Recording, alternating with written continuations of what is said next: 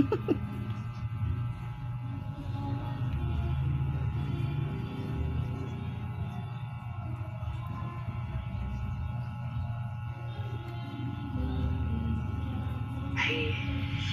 nagpaalam ako noon sa aking mga magulang na kung pwede bang makupahan na lang ako.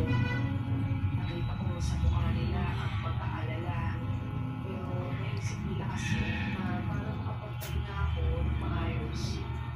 Kaya pumayag na rin po sila ni Sleri. Isang araw ay sinamahan ako ni Bert sa kanyang inuupahan.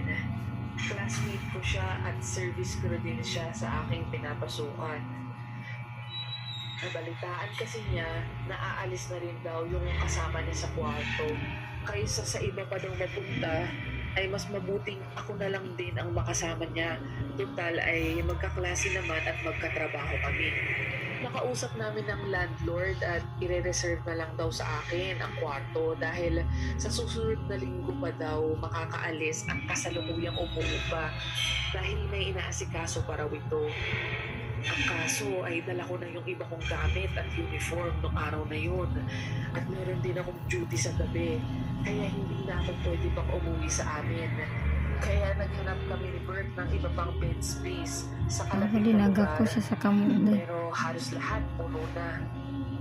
Ilang oras din kami naghanap hanggang sa makakita kami ng isang mauupahan.